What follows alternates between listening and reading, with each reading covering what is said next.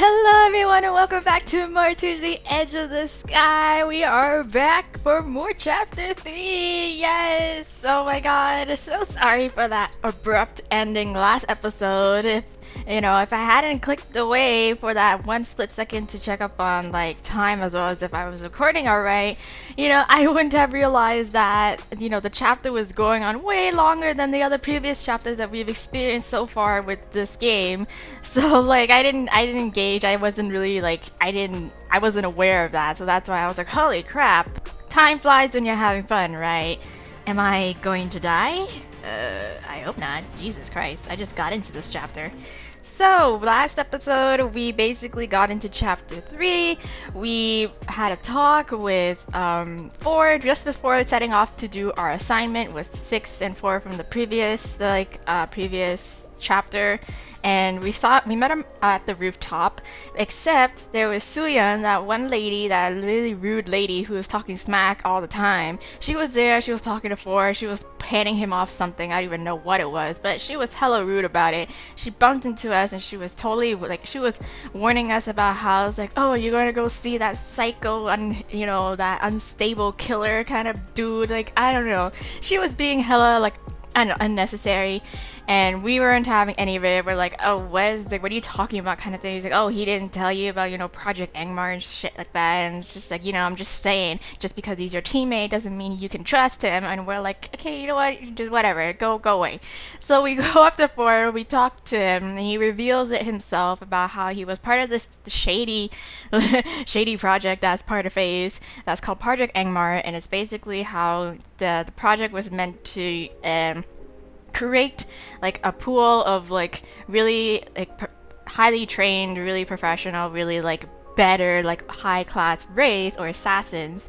And except the thing was is that the Angmar Augs that was titled after the project, it was hard to find anyone who was able to survive getting the Augs implanted into them. But for some reason, of course, 4, who we later found out his real name was Enzo Kang, he was able to survive the process, and nobody knows why. But the thing was is that he didn't perform the way that everybody else wanted, the science department wanted him to. So he was deemed a failure by Dr. Park, and yeah, according to her statistics, kind of thing. So he was really salty about that. I wouldn't blame him for being salty about that, even though he's in Phantom Alpha, which is like the highest ranked team in FaZe. He's still considered a failure by her standards. So yeah, there's that. We got a little bit more backstory with 4. We gave him a hug because he deserves it, and then we went off to do the mission. So we met up with 6 at the rendezvous point kind of thing where the mission was taking place, and then we split off from 4. He was going to go over to the rooftops to find his target, and we are going to go with 6 to find his target kind of thing. There was 2 targets. I wasn't really aware of that until I kind of thought about it. So we like picked a lock that was supposed to be in the room that we were supposed to ambush this guy, and we had a little bit of a talk with 6, kind of like a mini interview with him, where it's like we asked him about if he was close with 4 or not, or kind of, yeah, he was not, what am I saying? Yeah, of course he's close with 4. We're just saying that it's almost an observation. He's like, yeah, we're close. Like, we met when we were roommates kind of thing. And it's like, he, told that story. They were really close to each other. And then we got into the room. And then we ambushed the guy. And then, of course, 6 was interrogating the guy. But the guy was like, fuck you. I ain't gonna tell anything. I ain't no snitch. And 6 got mad because of that. And he showed a little bit of a side to him that we never really, saw, which is like super angry, super serious. And we're like, whoa, this is new. But anyways, whatever. So the guy gets knocked out by 6 because he wasn't cooperating. We go back out because we needed some fresh air, and then we saw the next target, 4's target, walk right past us, and 4 informs us to, act natural, but then we're like, okay, but then the guy takes off running anyways as soon as he sees us, and then we chase after him because we ain't gonna let senpai down. So we caught the guy, but the guy pulled a shank on us, and he like stabbed us, which is like, okay. We thought we had it, but we didn't. So we were kind of dying, and then 4 shows up. 4 beats the shit out of him. 4 kills him, overkills him, and then we were rushed back to FaZe. So you got stitched back up, and then as soon as we woke up, everybody was roasting us. Dr. Park was there, Raske was there. We're like, they're all just saying the same shit. Like, what the hell were you thinking? Like, you should have listened to 4 when he said to fall back. It's like, you had one job. You can't even do that job. And we're just getting roasted. We're getting roasted like hell. And yeah, that's until Dr. Sada came in. She was like, hey, everybody, just chill, holy crap, kind of thing. And she took us away to, talk on a therapy session. We talked about our feelings, about how we're questioning why it is that we're here, because we fucked up royally. And then on the rooftop after that session, we get a call from Temperance. Temperance was like, hello, how's it going? And she was asking, he's like, hey, do you want to talk to your brother? And we're like, what the hell? And she was like, okay, well, just, call me back if you want to, and we'll set up a meeting. And she hung up. And then, of course, we were like, oh, great, now what? Do we technically go, or do we technically not go? Because this counts as, like, treason or, insubordination. We're not supposed to be fraternizing with the enemy. But we need answers. And then 4 shows up. And then 4 was like, I heard all of that, so what are you gonna do? And we were just like, I don't even fucking know. Like, I don't know anything anymore. And we started freaking out. But then 4 was like, chill, relax. It's okay, you got this. He comforts us. He's just like, it's okay to not know. And, it's whatever. Like, if you want to go, you go. And we're like, whoa, okay. And he's like, I'm not gonna tell nobody.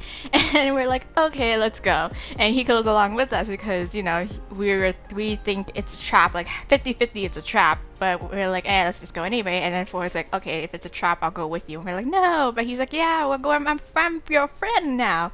And we're like, oh my god, he said friend. So here we are. We're at the lounge. We met up at the lounge with Temperance and our brother Nish, our twin brother, and he spilled half of the story of why it is that he joined KAIROS, and it's because after the fight with us, he went out for a walk to the wall, and he encountered some scavengers, and the scavengers outnumbered him, and then when he woke up the next time, he was, in this facility that he's been sold to FaZe, and he's been put into all these testings and all these other stuff that, are really hella shady and seedy that FaZe is doing. And of course he didn't like any of it, and he thought it was hella shady too, so he decided to be really rebellious, and then broke out of that, and then met up with Temperance, and then she was like, okay, here we go, like, you gotta join this side now. He's like, yeah, sure, might as well, because what choice do I have? So yeah, that's it. That's my paraphrase version. I try to keep it short, but it's a lot of shit. A lot of shit's going down, and we're not even halfway through it yet. I don't even know how long I have for this episode, but we're gonna see. We're gonna get right into it. So Temperance is in the middle of explaining her side of the story, in which how I think she was able to get Nish out of that situation with FaZe that he was in. So yeah, let's go. Let's hear her side. So I turned to her with a little nod, silently urging her to continue. So I broke into one of their facilities. Mind you, I was looking for something else entirely. Oh, really? Okay. Oh yeah, she's British. I forgot. She's British / Scottish. I don't know. This is European accent kind of thing. I'm not too sure. But anyways, I should probably do that. So I found what I was after and more. There were files upon files on subject 0015. Oh yes, that's Nish. It was filled with endless pages with his potential and his behavioral issues. He was troubled and becoming a problem, but 15 was too valuable to just give up on. Oh, yeah, that's true. Whatever the issues they were having with him, they caused themselves. But they didn't see it that way. Of course not. 15 was the problematic one for not simply bending to their will. Yes, that's how they always think. I will myself to breathe in deeply before I even try to say anything. So despite what they've told me about FaZe, I don't know that I can trust KAIROS. Okay. I can't trust nobody here now. The story sounds real enough, but how can I know that KAIROS didn't brainwash my brother? We gotta find evidence. We gotta do our own snooping. I mean, to be honest, it's a pretty solid story considering how Dr. Park is. And of course, how they at this point had done Project Zero and were successful in it, right? So it can match, is what I'm saying. We just need a little bit more evidence on the shadier side, But so far, it's this is kind of matching up. How do I know they're not just using him? Oh, everybody's using everyone at this point. I don't know about all of this. Yeah. I don't know if I can just believe it. I should have known. You never can believe me, can't you? Hey now, it's just I need more solid evidence than just anecdotal, okay? Even after all these years, would it kill you to take me at my word for once? Hey, time and time again I tell you the truth, but you what? No, Nish, this isn't about this time. Well, yeah, what did they even fight about? They didn't really disclose what they were fighting about that had them separate in the first place. Before you left, I was afraid of the truth. I didn't want to look at it, so it was easier to call you a liar. It's not like I don't want to believe you. I mean, I do, and I don't, if that makes sense. If I'm honest, it makes more sense than anything. But FaZe is responsible for the safety of this entire country. They're at the helm of this world. Things just can't be this black and white. Right. Then what? What is it? I glanced at Temperance out of the corner of my eye. She and Force seemed to be quietly watching our exchange. Yeah, they're just here to watch. Well, to start with, everything you're saying it's incredibly heavy, right? It's a hard pill to swallow. Can you blame me? And you say FaZe is bad and that they did these horrible things. But how am I supposed to know that KAIROS isn't the same? Yeah, they have their own shady history, don't they? Or that this Project Lucifer was real? How am I supposed to know you're not just some brainwashed pawn right now? What? Are you serious, Hana? Oh no. Maybe we shouldn't have, thrown in that brainwashed pawn line. I just want the truth, Nish. That is the truth. I don't know what else you want from me. Nish sighs and rubs his temples. Tell me, Hana, what do you think of FaZe? Pretty clean, in facility-wise, Temperance's sudden question throws me off, leaving me staring at her for a good moment. What do I think of FaZe? Yes, I'm sure you've seen enough of that. I'm sure you've seen enough to at least start forming an opinion on it.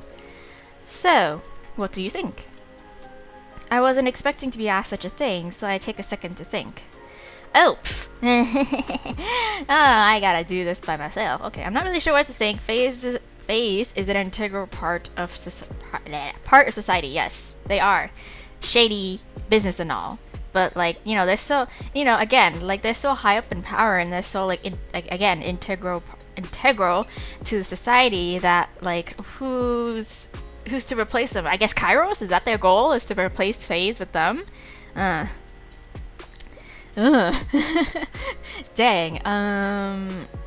Well, I'm not really sure what to think because they have their shady, points, but at the same time, they still have their good points as well too. I'm not sure what to think. What do I really think of FaZe? The full answer feels too complicated to grasp right now.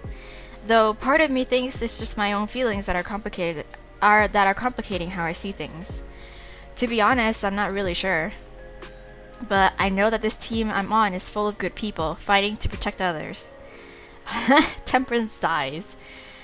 So that's what you think. Temperance looks off into the distance somewhere, towards the twinkling lights and the mingling people.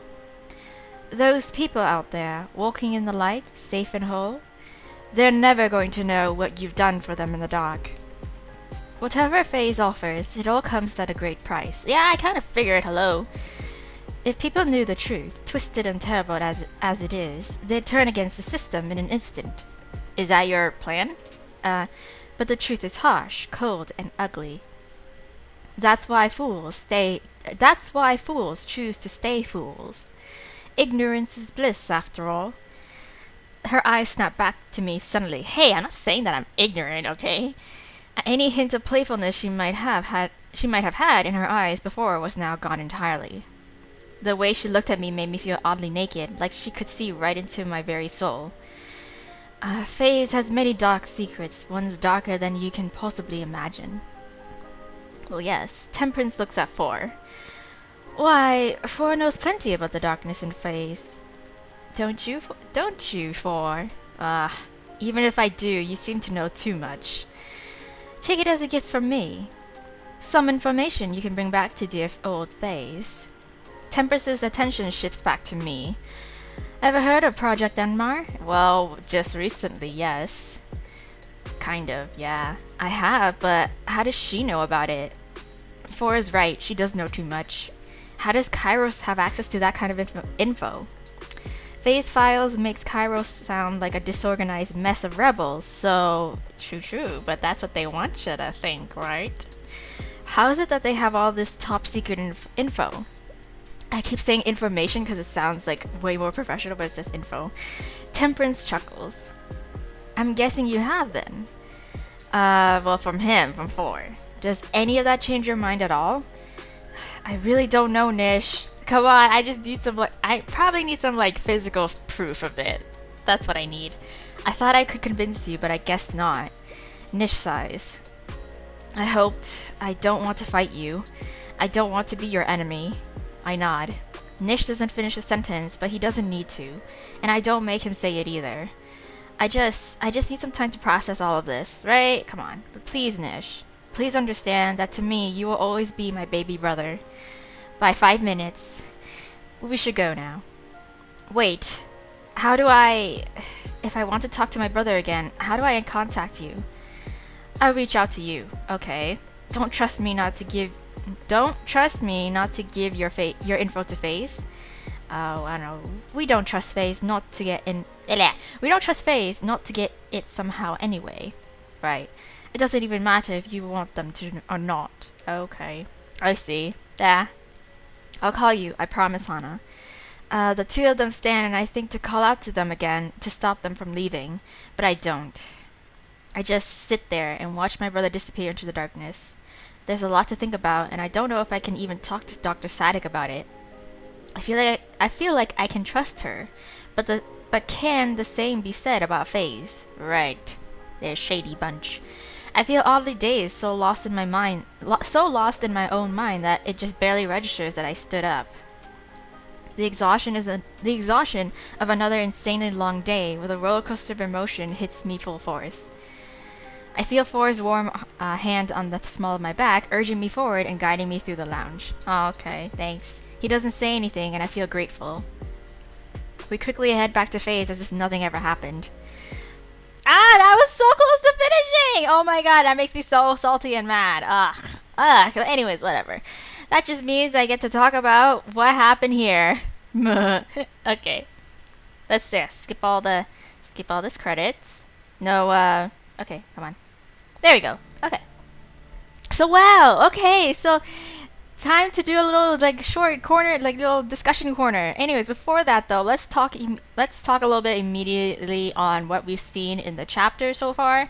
So, first of all, I think I still like the redesign of the characters, the ones I've seen thus far. I think it was 6 and 4, but I know for a fact that 9 was released as well as 0, and they might have been implemented in the previous chapter because they made their appearance there.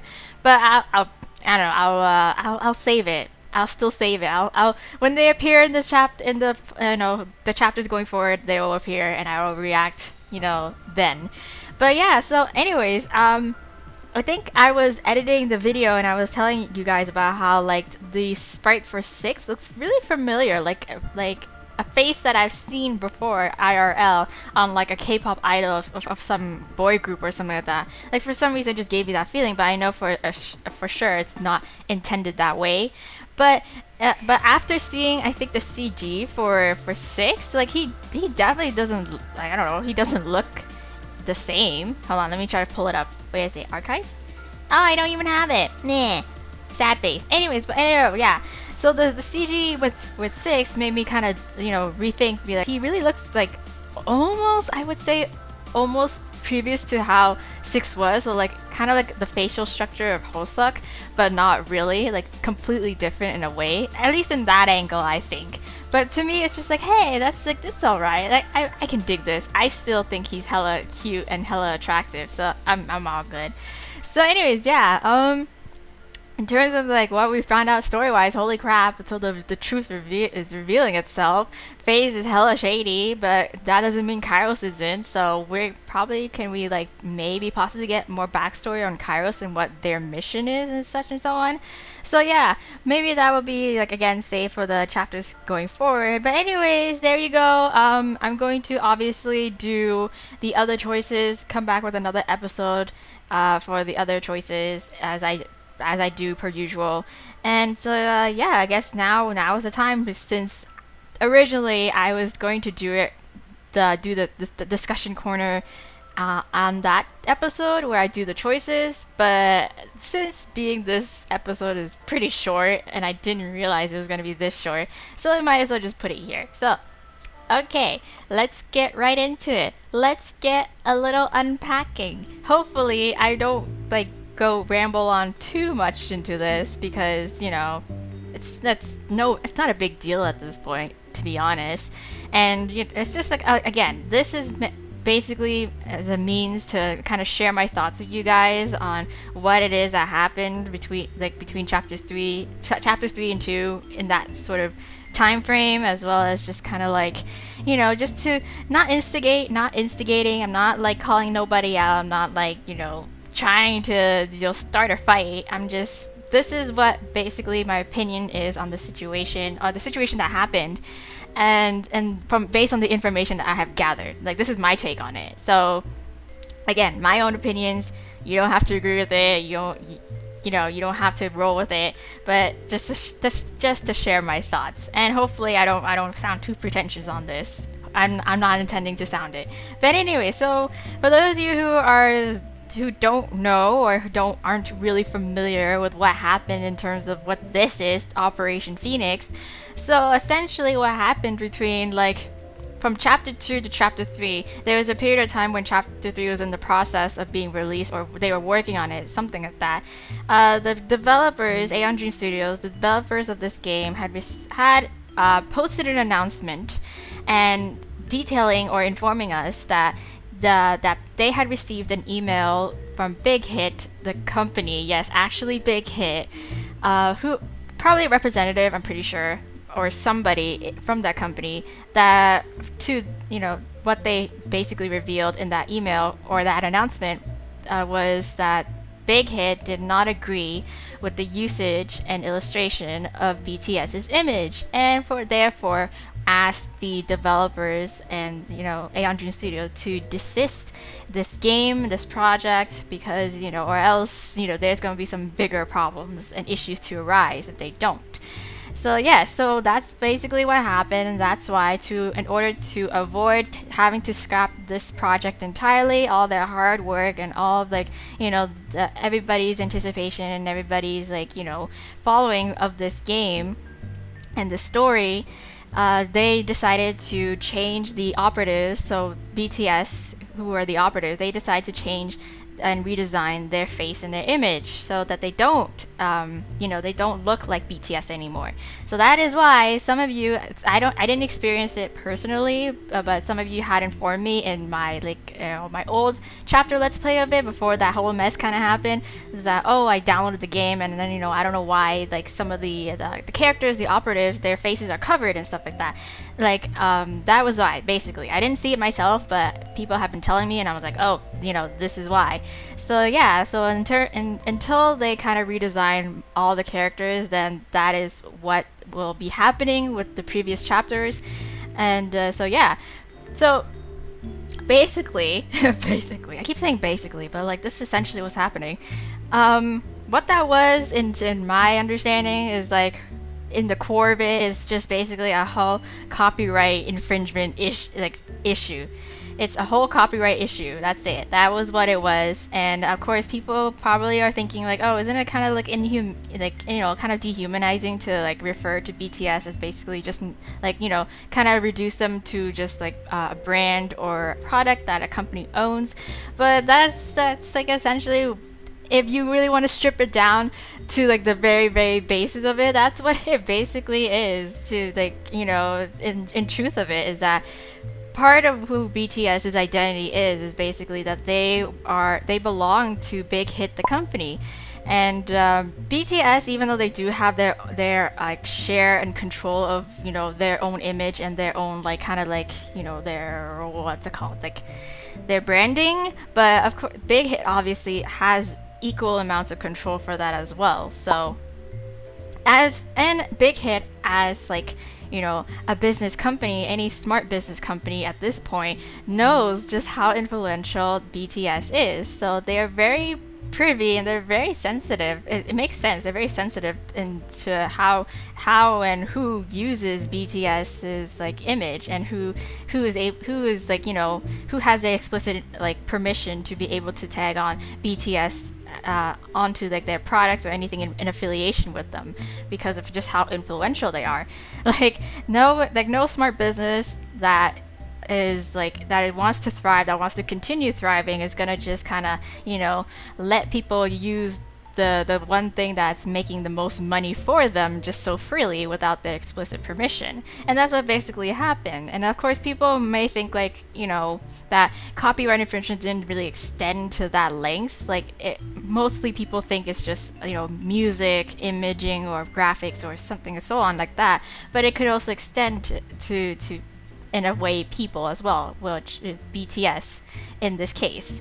So that's what basically happened.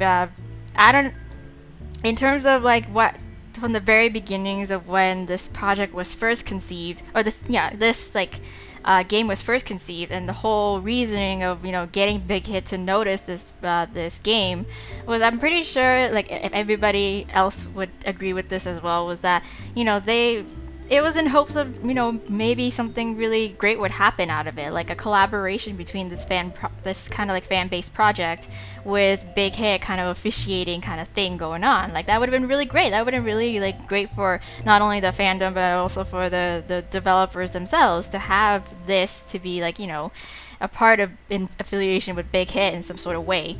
That's my take on it. That was like maybe the reason why they wanted Big Hit to like notice this project essentially. But it didn't happen. That didn't happen. And that's just the way it is. And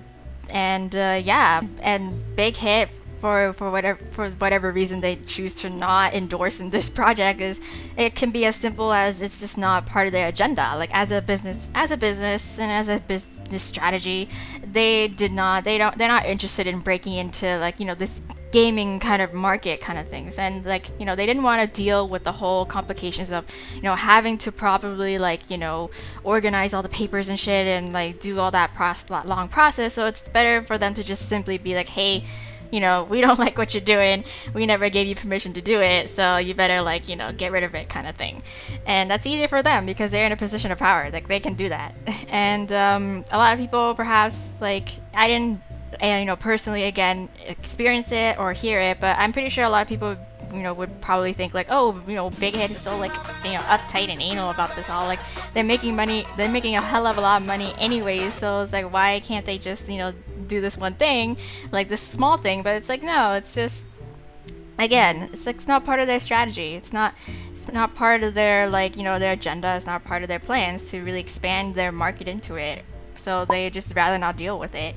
And I think the bigger issue in this entire thing, aside from like the whole copyright, instead of the Big Hit slapping a whole copyright thing on top of this game and wanting and demanding it to be removed, is that it's that the game in itself was making some sort of profit, and that was like, I think the biggest underlying issue that kind of like became the catalyst for this whole thing, was that the game in itself was making money, however small it was. Like it was the premium version that was made available for a separate purchase. I think it was like $9.99 or something, like for the PC like computer like platform, and then it was like $12.99 for the app iOS version and shit like that. I don't know, something like that.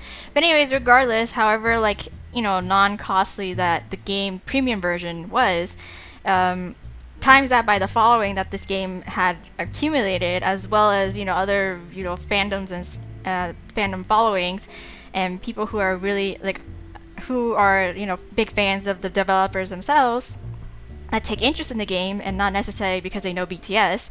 But yeah, it's just like, that's a hell of a lot of coin that they're making. And I think it's pretty obvious that Big Hit didn't like that as well either.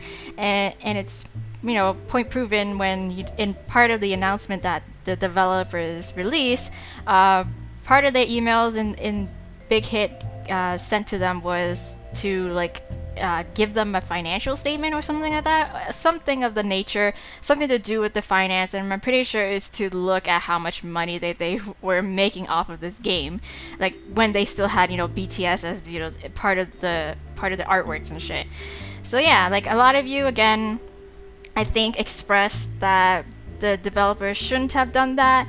To a certain extent, I do agree, but I'm not gonna like demonize them for making profit, because as developers and as artists and as people who put a lot of time and a lot of effort into this sort of projects, you would obviously want to see some sort of like return on it, on your efforts. And even as small as it is, like I said, like they're not slapping on like I don't know, $30 for this entire game kind of thing. It was like the minimal amount of money that they can make back on for their hard work. But again, at the same time, it's like, hey, this is, maybe it's in their, they didn't know that copyright infringement can extend to that point where it's like they can't even use BTS without BTS's image without Big Hit's explicit permission. So that therefore they never realized that by tagging on price for some of their works with them in it would get them into a lot of trouble.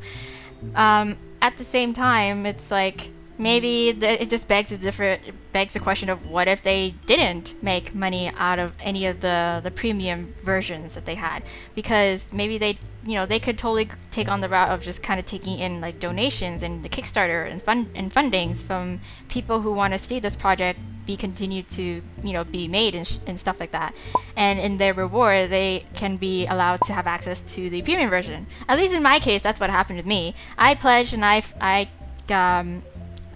gave money to the Kickstarter or the fundraiser, and I'm part of the rewards that you get back for like pledging whatever so amount of money to this project. You get back. I got again the posters, the wallpapers, full size of the before. I don't know what's happening now, but anyways, yeah, got those, and I got the access to the premium version. So I don't know. Maybe they wouldn't have gotten into trouble if they hadn't done that with Big Hit. But again, who knows at this point? Maybe they would have been flagged down anyways because Big Hit just did not want to not want anyone, no matter how big or small, to use BTS's image in any sort of way unless they gave permission. So yeah, I don't know. Again, it's whatever. It's what's done is done. And there's another point in discussion that I had where it was a lot of you were talking about in the comment section, or at least like some of it was discussed in the comment section, was how this entire mess was just it was messy given, but there was like underlying dramas that related more to Aeon Dream Studios and their fandom following, and how because of this whole mess, like people would start hating on BTS because it seems like the developers are giving more attention to this project rather than some of the other projects that they had promised and that the fans were waiting more on. And it's just like, that's just a really immature way of just thinking, of having that thought process. Like, learn to separate the artist from the art. BTS had no relation to this game other than the fact that they've been drawn into it. So it's just like if you have beef with this game, it's not towards BTS. It should be towards your issues should be taken up upon Aeon Dream Studios themselves, because they're the ones who are making this game, who are creating it. So if you have issues with not seeing the game that you want to be seen in development, then you take it up with them. I don't understand why you gotta throw your hate towards BTS. Like, I don't know, it's just dumb. That's just a dumb way of thinking. But regardless, it's just BTS, they're gonna get hate no matter what, even for the most stupidest reason. Like, you can't even imagine some of the reasons why BTS are hated. Not simply because, people don't like their music, or people just they think they're sellers or some shit. I don't know, stupid reasons. I read too many stupid reasons. I just choose to ignore them just because it's just like, I don't know, there's no thought behind it. Like, I would understand if you don't like BTS for certain reasons that you can back up, but for other reasons that you can't, you have such a weak argument against, it's just like, why are you even trying? So anyways, whatever. I digress. I'm not privy. Again, there's a lot of underlying dramas with Aeon Dream Studios themselves and people having issues with them as developers, not necessarily what happened with this game. I'm not privy to them. I'm not even go into that because I don't experience, I didn't experience any of that. People are telling me all this stuff about them, but I'm just like, I don't know. I don't know what to think because I'm not in that deep. So simply that, I'm not in that deep.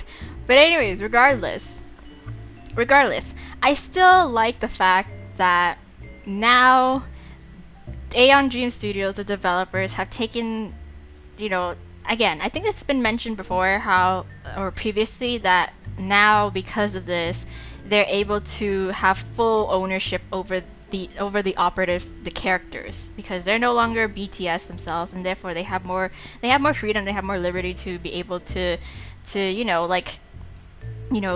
I guess what's it called? Flesh them out a bit in terms of their on their own, happenstance, I guess. And I totally agree with that. Like, I like the fact that now is like it's their own characters now. They have full ownership over this, and they can do whatever they kind of so please in terms of having the story develop and having the story unfold with these characters. I think it would be really awesome. Just a thought, just a food for thought kind of thing.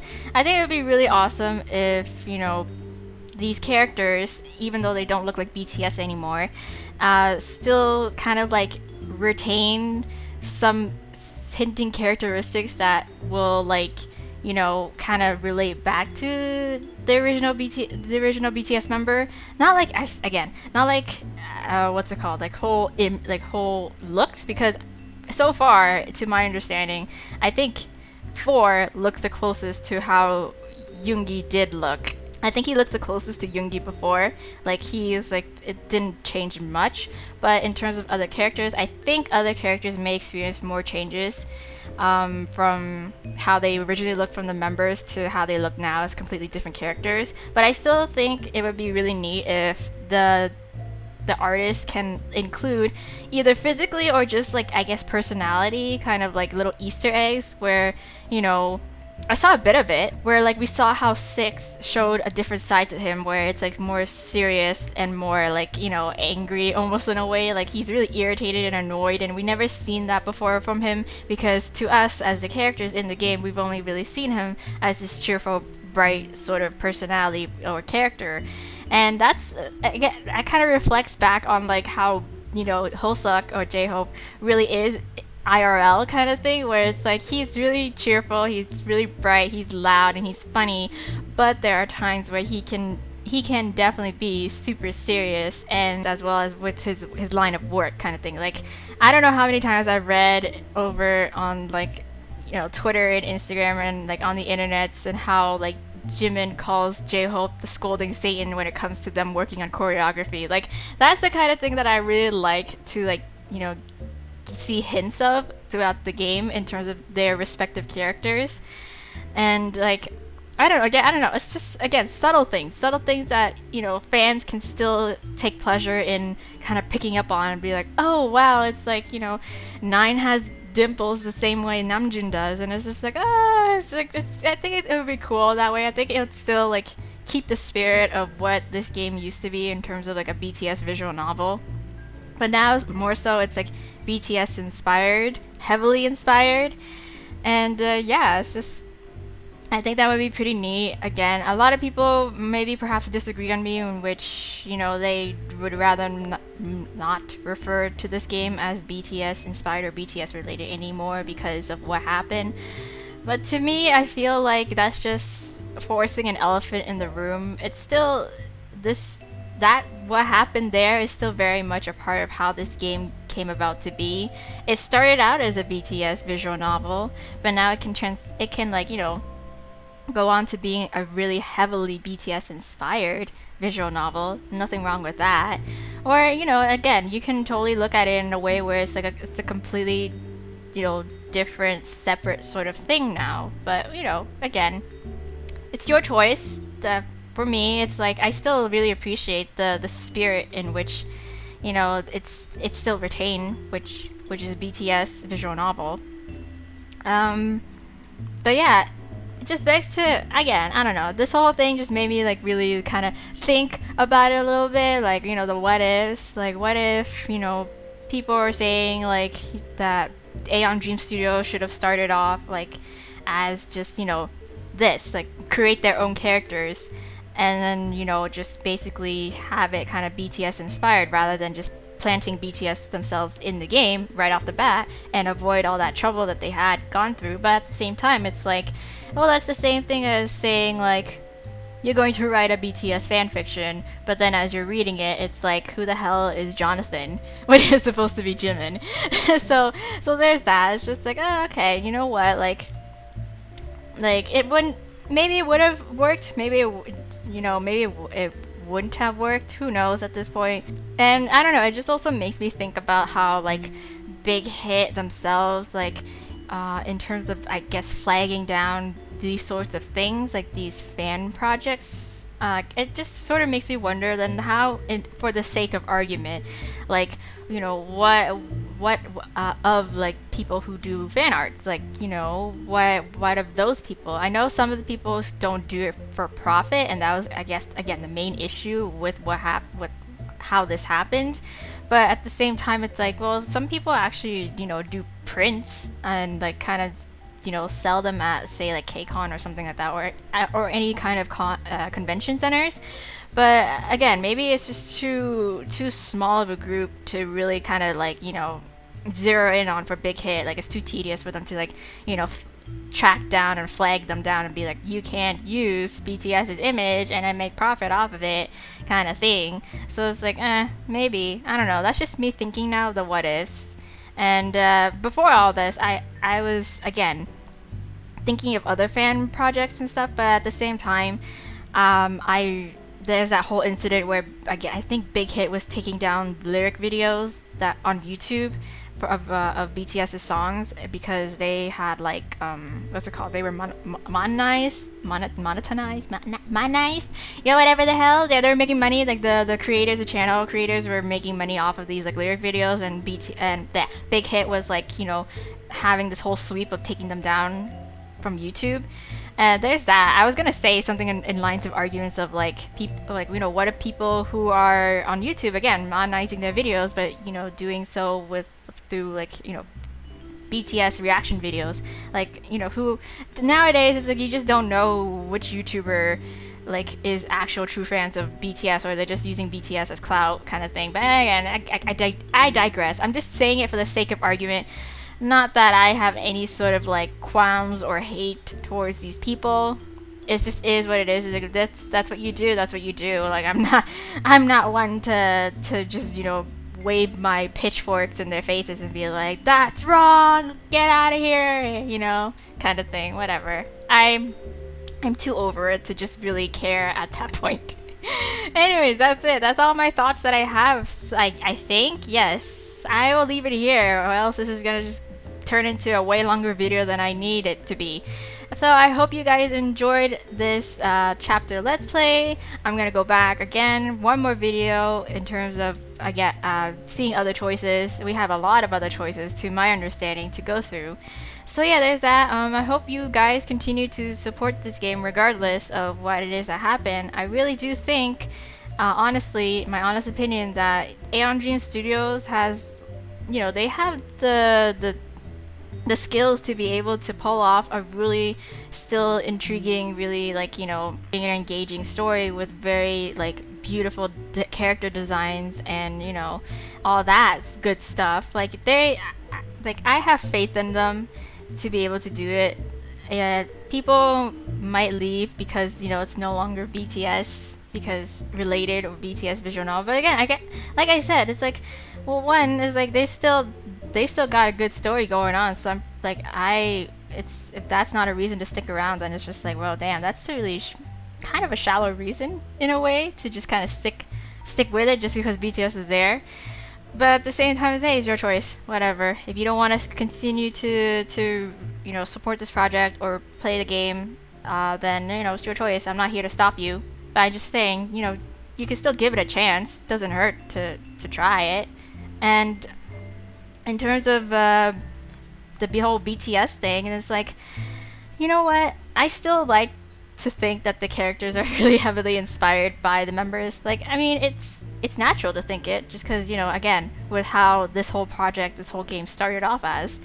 So maybe we'll see more of those like little hidden Easter eggs of like nuances that these characters like, you know, reveal or like have that reflects back on, you know, the BTS members themselves. So yeah, it's nice. It's a nice turn, I think. It's a nice turn in direction in which now the characters, the operatives, are representative of BTS members, not necessarily just the BTS members playing these operative characters. You know what I'm saying? Like, you know, it's not simply Jimin as 8, but now it's like 8 who represents Jimin, and you can interpret it however the way you want it to. You know, based on not entirely on his looks, because he looks exactly like he is Jimin because he looks exactly like him, but he is Jimin because of his, you know, the class that he's in, you know, the way that he acts, the, you know, his mannerisms, his personality, everything on that like sort of like spectrum. Like, I think I like that in a sense better than just simply be like it's Jimin because it looks like him and there's no argument to be had. So yeah, I'll stop here now. I will stop my ramblings here now.